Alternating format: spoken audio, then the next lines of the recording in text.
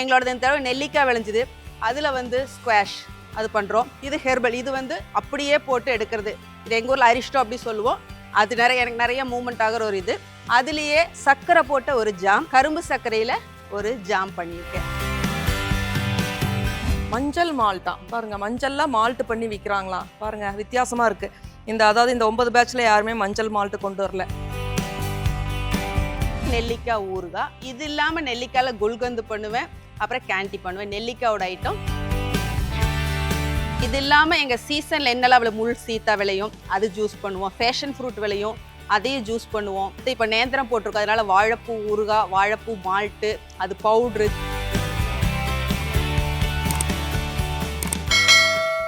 அனைவருக்கும் வணக்கம்.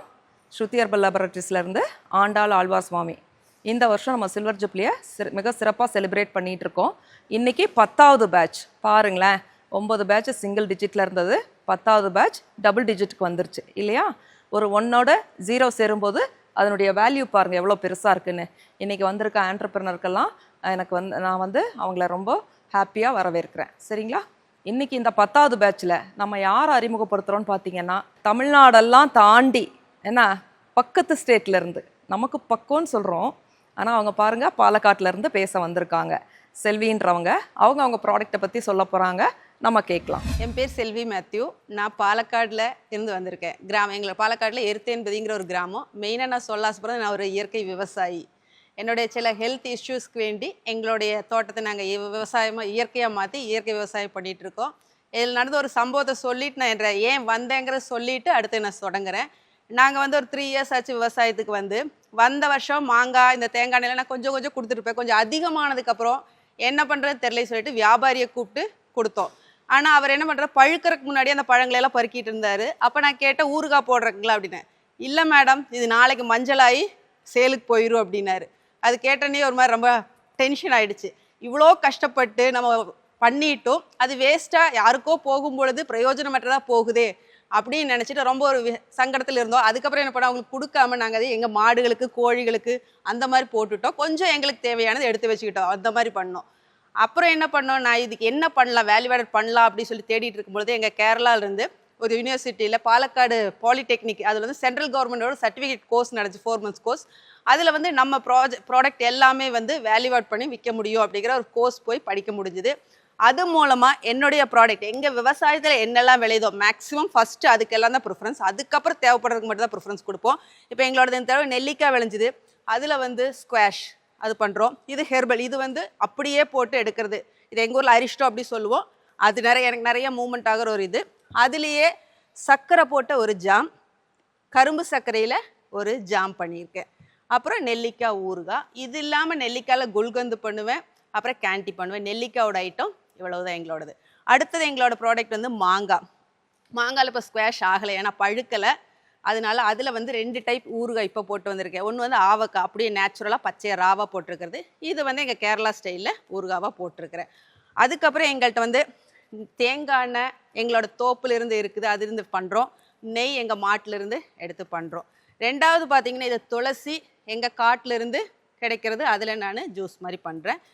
இதில் என்னுடைய சங்குப்பூ, இதுவும் எங்களுக்கு நிறைய இருக்குது, அதனால் இயற்கையாக கிடைக்கிறனால அதுவும் பண்ணுறேன். என்னுடைய ஸ்பெஷல் ப்ராடக்ட் என்னன்னு பார்த்தீங்கன்னா இதுதான் செம்பருத்தி. ஏன்னா இது நிறைய மூமெண்ட்ஸ் இருக்குது, ரெண்டாவது ஹெல்த்துக்கு நல்ல பெனிஃபிட்ஸு, ரொம்ப நல்லதுன்னு எல்லாருக்குமே தெரியும்.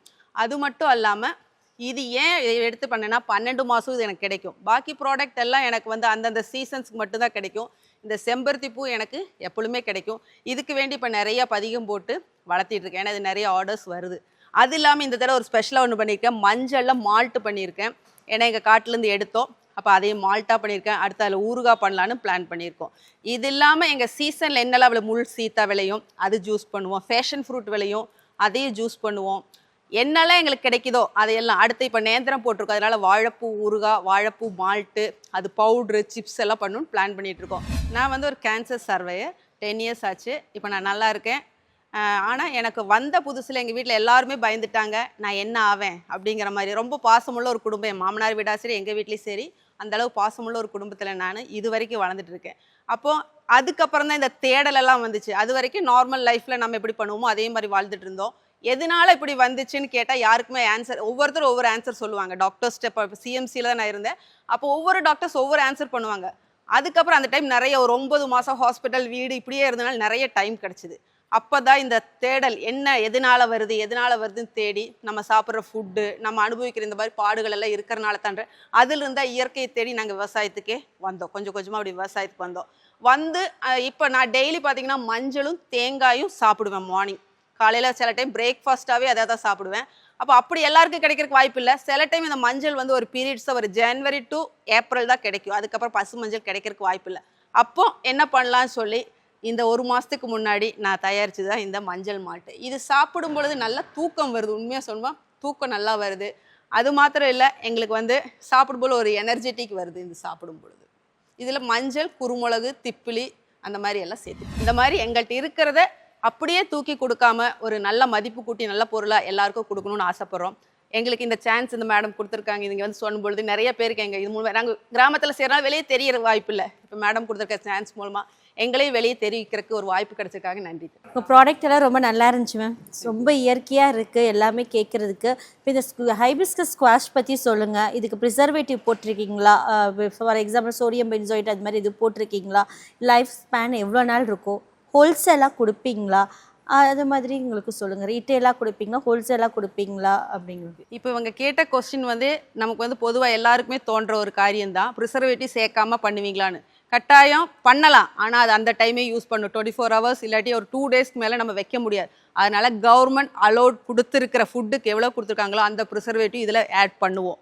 பண்ணிவிட்டு 6 மந்த்ஸ் இதுக்கு வேல்யூட்டிவ் கொடுக்குறோம். இதுதான் எங்களோட இது. ஆனால் இது என்ன அப்படின்னா நல்லா உண்மையாகவே நாங்கள் இப்போ எங்களுக்கெல்லாம் விவசாயிக்கு கூலி வேலையை செஞ்சுட்டு வருவாங்க காட்டில்.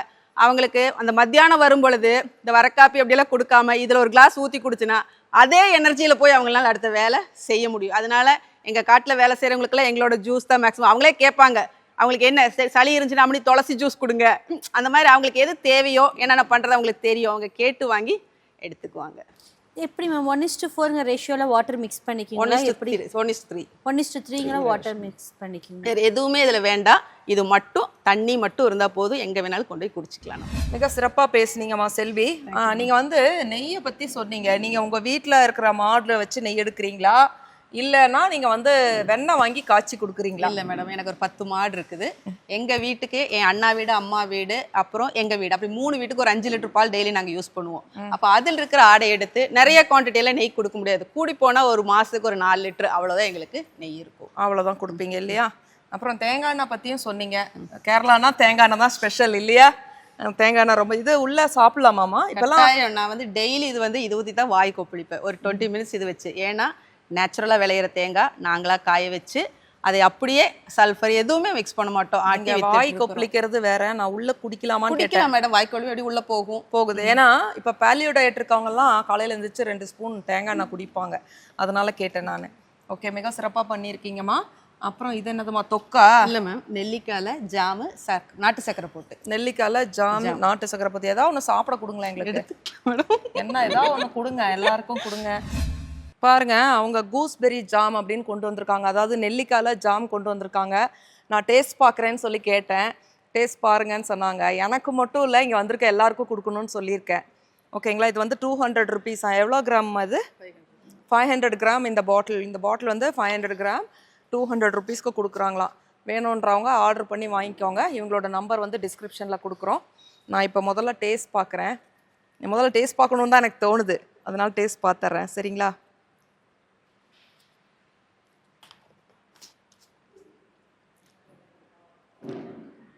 ரொம்ப நல்லா இருக்குங்க. கூஸ்பெரி ஜாம் ரொம்ப நல்லா இருக்குது, டேஸ்ட்டாக இருக்குது. அதுலேயே 2 வெரைட்டி பண்ணுறாங்க. ஒன்று பார்த்தீங்கன்னா சுகர் போட்டு பண்ணுறாங்க, ஒன்று வந்து வெல்லம் போட்டு பண்ணுறாங்க. நான் வந்து வெல்லம் போட்டு பண்ண தான் டேஸ்ட் பார்த்தேன். எனக்கு ரொம்ப பிடிச்சிருக்குங்க. வேணுன்றவங்க இவங்களோட நம்பரில் தொடர்பு கொண்டு ப்ராடக்ட் வாங்கிக்கலாம். அது மட்டும் இல்லை, ஊறுகாயெல்லாம் பண்ணுறேன்னு சொல்லியிருக்காங்க. மேங்கோ பிக்கிள் அந்த மாதிரிலாம் பண்ணுறாங்க. பொடி வகைகளும் பண்ணுறாங்க. மஞ்சள் மால்ட்டா பாருங்கள், மஞ்சள்லாம் மால்ட்டு பண்ணி விற்கிறாங்களாம். பாருங்கள், வித்தியாசமாக இருக்குது. அதாவது இந்த 9 பேட்சில் யாருமே மஞ்சள் மால்ட்டு கொண்டு வரல. போன பேட்சில் ஒருத்தவங்க வந்து பேரிச்சம்பழம் பவுடர் கொண்டு வந்தாங்க. அந்த மாதிரி ஒவ்வொரு ப்ராடக்ட்டில் ஒவ்வொரு வாரம் ஒரு பேட்ச்லேயும் ஒவ்வொருத்தர் வித்தியாசமான ப்ராடக்ட்லாம் கொண்டாந்து நமக்கு அறிமுகப்படுத்துகிறாங்க. இதை ரெகுலராக பார்த்துட்டு இருக்கவங்களுக்கு தெரியும். சரிங்களா? மஞ்சள் மால்ட்டெல்லாம் கொண்டு வந்திருக்காங்க. அவங்கள தொடர்பு கொண்டீங்கன்னா வேறு என்னென்ன ப்ராடக்ட் பண்ணுறேன்னு சொல்லி சொல்லுவாங்க. தேவைப்படுறவங்க அவங்கள காண்டாக்ட் பண்ணி ப்ராடக்ட் வாங்கிக்கிங்க. தேங்க்யூங்க. தேங்க்யூம்மா.